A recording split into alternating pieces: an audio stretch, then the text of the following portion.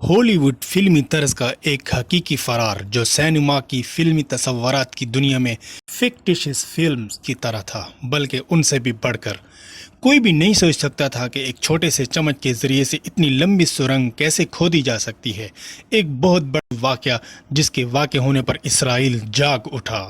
اس واقعے نے جیل کے پہرے داروں کو حیرت میں ڈال دیا۔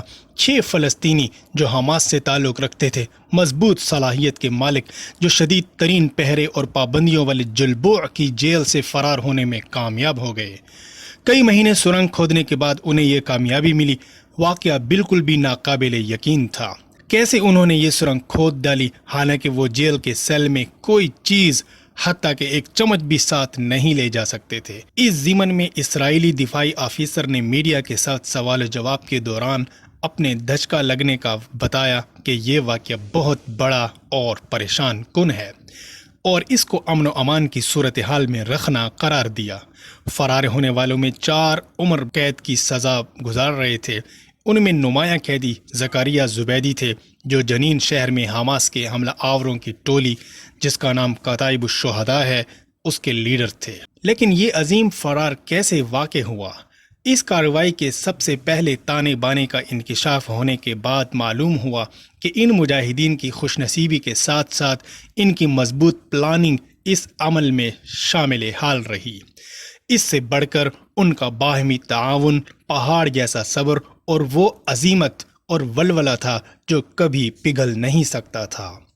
فرار ہونے والے 6 تھے جو ایک ہی سیل میں قید تھے۔ یہ سیل جیل کے بلاک نمبر 2 میں واقع تھا جو مین باؤنڈری اور جنگلے کے قریب تھا۔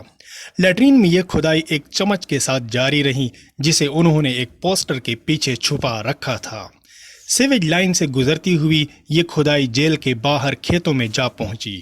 سرنگ کی کھدائی مکمل ہو چکی، تمام انتظامات مکمل کر دیے گئے، اب صرف آدھی رات کا انتظار تھا۔ رات کے 1 بجے کا وقت ہے۔ اس وقت تھوڑے سے پہرے دار موجود ہیں۔ زیادہ تر فوجی یہودیوں کے نئے سال عبرانی سال کے جشن میں مشغول تھے۔ جیل کا سیکورٹی سسٹم یہ نہ جان سکا کہ کسی جیل سے شور کی آواز آ رہی ہے۔ اس وقت تمام حالات عملی کارروائی کے لیے بہت مناسب تھے۔ ان 6 قیدیوں نے غفلت کی اس گھڑی کا فائدہ اٹھایا اور جیل کے دیوار کے ساتھ اس جگہ کا انتخاب کیا جو سیکورٹی کیمرے کی زد سے باہر تھی، جو جیل کی دیوار میں نصب تھا، اور آخر کار اس طرح وہ سرنگ سے باہر نکلنے میں کامیاب ہو گئے جہاں پر پہلے سے موجود 6 گاڑیاں ان کے انتظار میں موجود تھیں جو فوراً ان کو اس جگہ سے دور لے گئیں۔ کارروائی مکمل طور پر کامیاب ہو چکی تھی اور اسرائیلی تحقیق کاروں کی میز پر چند سوالات باقی رہ گئے۔ قیدیوں نے جیل سے باہر موبائل پر رابطہ کیسے کیا؟ سرنگ کیسے کھودی؟ مٹی کہاں غائب ہو گئی؟